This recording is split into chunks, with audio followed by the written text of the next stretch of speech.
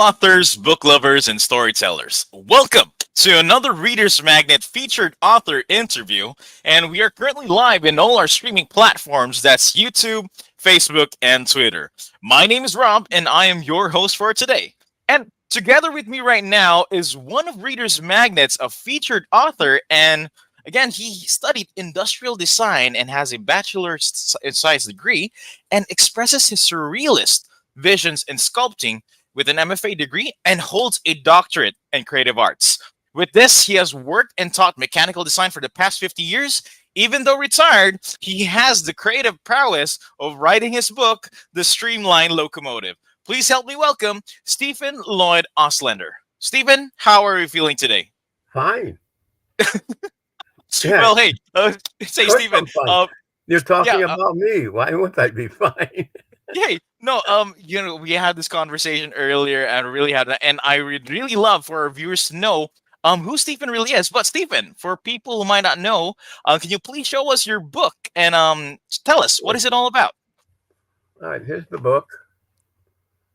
Wait, Good. oh, yeah, okay, I can actually see the whole thing. Isn't that nice?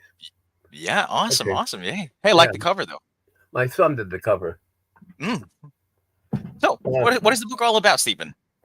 Okay, it's about a uh, kid who grew up in a wealthy family, Mm-hmm. and the all of a sudden it's 1941, Mm-hmm. and our country is heading for war. A lot of people knew it. It was just a matter of waiting for the Japanese to bomb Pearl Harbor, Oh. and so um, the his two uncles who run the county that they live in, they decided he's got to start working. He's got to start Mm-hmm. working for a living and hauling his own weight. And he's been spoiled rotten, and he doesn't want to do that, but he has to because if he doesn't, they'll remove him from the graces of the family, and Mm-hmm. he'll lose his position. He'll lose his income, his share of the family fortune, and everything. So he has to, he has to grow up. Essentially, that's what it is. He has to grow up and become an adult, which is kind of difficult for him because he's had it so easy. He's had to close his Mm-hmm. he had close his apartment in Manhattan, and he had to sell his house in Chicago and move back to Hogwaller. Hogwaller is a county in Appalachia. Don't ask Okay. me what state. I will not be definite on that. Okay. I'm much more flexible if I leave it open. And the family um, owned almost the whole county, Mm-hmm. and it's part of the county is the hill people. Uh, some people call them hillbillies, but I always felt that that's a derogatory term. So Mm-hmm. I won't call them the hillbilly. I would call them the hill people, which is how they see themselves. Okay. And then you have the town. The name of the county is Hogwaller. Mm-hmm. The town, they have one town. They call it a city, but it's a town, and that's also called Hogwaller, and that's Okay. the lower part of the state. And the upper part of the state is this coast to coast railroad, and the um, not the not the I gotta figure out what term to call it. It's the physical repair and building part of the railroad. Oh, It's the okay. yard where they repair engines and cars, and they also do sometimes they'll build their own engines, which a lot Mm-hmm. of railroads did. No, these are steam engines, they're not diesels. Hmm. And that's in the upper part. So we really have three different parts. The um, Throckmorton P. Bezelbottom is the robber baron who who runs everything. He runs the family. He runs all the things. He has his offices in Chicago. Mm-hmm. And they have a suite in the merchandise mart, and they do their work there. Mm. Uh, and younger, that the other brother is Aloysius P. Okay. Bezelbaum, and he doesn't have the driving personality of a Robert Barron. He's just sort of nice, nice to play and gets ideas, and some of them are crackpot, and some of them are profitable. And the hero of the story, Okay. Theophilus P. Bezelbottom, is the young nephew who has to grow up, and Mm. it's all played for laughs. The whole thing is for laughs. Occasionally, there's some minor violence. Mm-hmm. Occasionally, there's tensions. Excuse me, I gotta listen making noise. Sorry. Occasionally, he gets into trouble, Mm-hmm. and he's surprised he actually has the knowledge and ability to get out of trouble. So he's always Oh. doing that. They're always telling him to do things, and he doesn't want to do, but he does them. Mm-hmm. And really, it gets very convoluted, and it gets a little bit surreal because I'm a surrealist sculptor. Mm-hmm. So they got there are funny episodes, at least I think they are, with excuse me, them uh, doing certain things that are they're not illegal. It's just that they're normal for that area. Okay. And I introduce my favorite fictitious European country called Mm-hmm. Bulgaria. Okay. Not Bulgaria, Bulgaria. Bulgaria. Okay. And, and they are a Balkans country. The if you're familiar with the Balkans, uh, they're like the hillbillies of Europe. They're always running around killing each other, Mm. and more so than the hill people of United States. And they send over a delegation. Uh, well, the country is interesting. They they're totally independent of all the other countries. And Oh. whenever somebody tries to tell them, we're kind of doing this, you should do that, they just tell them to go jump. And that the theme of that country of my story, it's so mountainous and so Mm. craggy, and so once you go into it, you can't find your way out. Oh. You're stuck. Okay. You get into Bulgaria, you're stuck Okay. there. And so, over the ages, uh, armies from other surrounding countries, more or less, try to invade. And so Okay. they get in, and then they find they can't get out. Mm. It works out nice. So they settle in. So Bulgaria has become like Switzerland. Switzerland has these cantons, like Mm-hmm. little states and of different peoples who have settled there. So there's no common language because the people who settled who speak German, and the people who settle speak other languages. They speak other languages. Italian group. There's a Mm-hmm. uh, and then the various Bulgarian languages, All right. and they live in harmony that way. And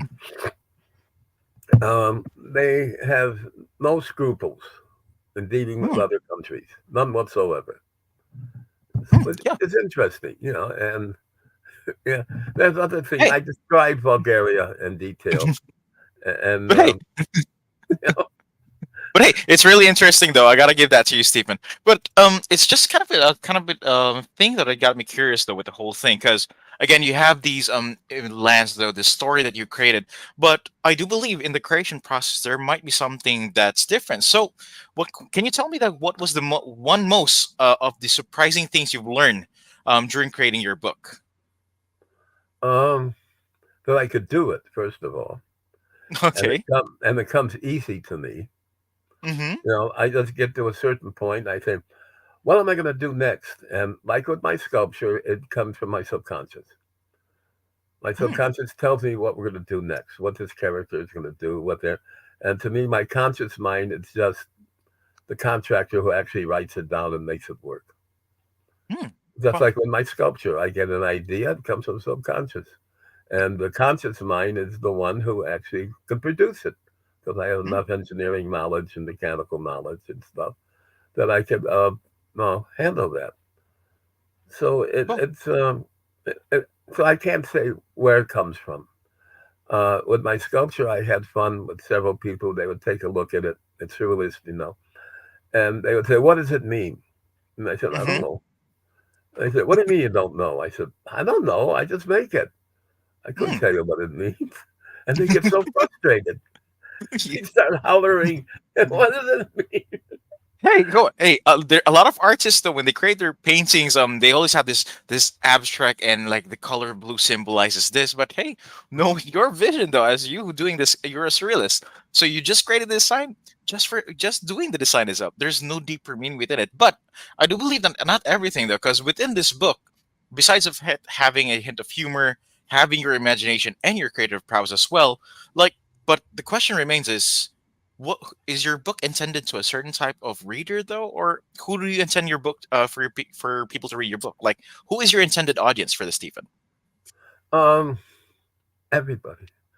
Let me Everybody. be specific. Um, the surrealists started after World War One Sure. in Europe, Mm-hmm. and one of the guys who was organizing it and was a spokesman for it was Andre Breton. Mm-hmm. And in his writings, he said the purpose of surrealism. Now, this is his opinion. Okay. As far as I'm concerned, any other artist says he's full of it. But he Okay. said the purpose of surrealism is to shock people and disturb them to the Mm, point where they question all the cliches by which they're living. wow. In other words, his intention was to kick the bourgeoisie in the pants because they're so Okay. complacent. They just finished World War One, which was total butchery and insanity and stupidity, Mm-hmm. and so they were really objecting to this mindless activity. And then, as soon as the war is over, people learn nothing and they go back to being the same way they were before the war. So Mm, naturally, 20 years later, we go to World War II. mm. And so the surrealists were trying to, uh, you know, or Breton said the purpose was to make people start thinking and Oh. questioning their comfortable values. And Mm. I don't know if I agree with him. In other words, I don't know if you could actually do that, but it's fun trying. And Hey. but I don't make my work to challenge people. I'm Mm-hmm. making my work to challenge myself to do the writing Mm-hmm. and humor myself and Okay. entertain myself. I find my Mm. writings very entertaining. It's Mm. entertaining when I write it, and it's entertaining when I read them later. Mm. Sometimes if I get in a bad mood, I'll pick up the Streamline Locomotive and just open to any chapter and start reading, and I'll start laughing, and it cheers me up. Hey. So basically, I have a totally selfish uh, point of view here. I'm doing this Mm-hmm. to entertain myself and to make myself feel that I'm doing something. Same way with Hey. my sculpture. I agree. I agree with that though. But again, but Stephen, knowing this story, your book is humorous and it's something that for people to look forward to. Like even you have a bad day, picking up your book might be that ray of sunshine that they're looking for in a really slump. But if there's any message you'd like to leave our viewers though, tell me, why do you think they should get a copy of your book then? So I could use the money.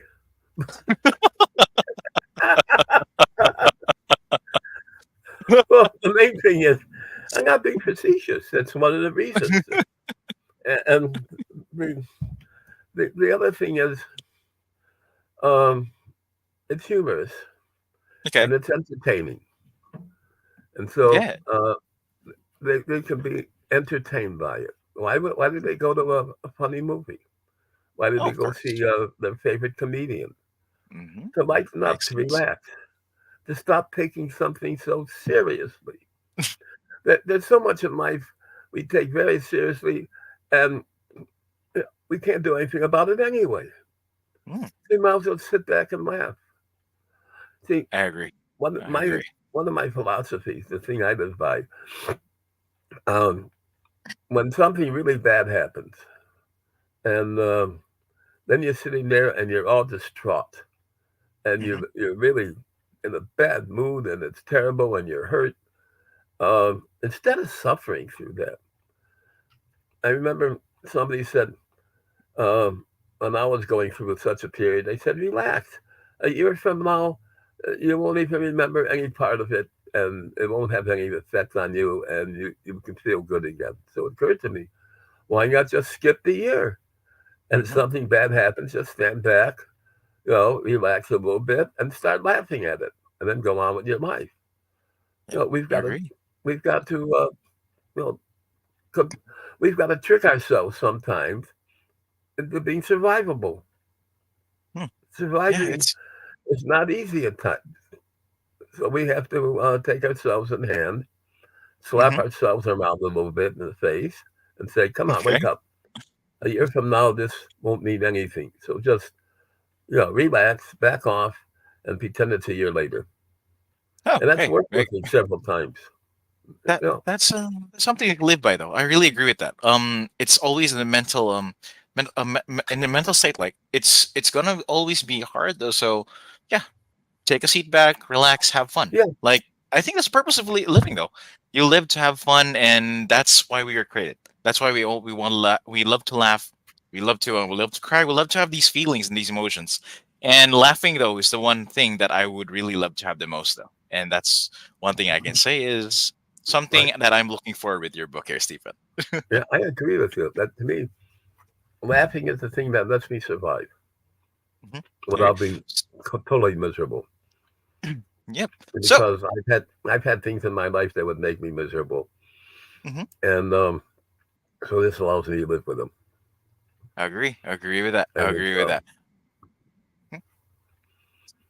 Okay. So, by the way, though, for all our viewers here, who would like to get a copy of Stephen Lloyd Auslander's book, The Streamline Locomotive, feel free to visit the websites on Amazon and Barnes and Noble, and you can also grab a copy of his book on his website. That's www.slau slenderarts.com. That's SLAU slenderarts.com. Okay, so that's slenderarts.com. Last mhm. name, first two initials. Okay. So, let by me the way, let me yeah. modify that a minute. It's better to get it from um, Barnes and Noble or order from Amazon. Okay. Makes sense. Okay. So, Because Barnes and Noble and Amazon. yeah, Perfect. because I don't have a stock of them. I really don't. I haven't got time to start making packages and being a merchant. I Okay. better So, spend money than make it. hey, you know what, Steven? Thank you very much for your time and having on the show. It was really fun having this conversation with you. Really had fun. Thank you very much for joining. Okay. So, Thank you. everyone, Thank so you. okay. So till next time, everyone, and always remember that as we say here at Readers Magnet, we share your stories with the world. Have a good one. Bye.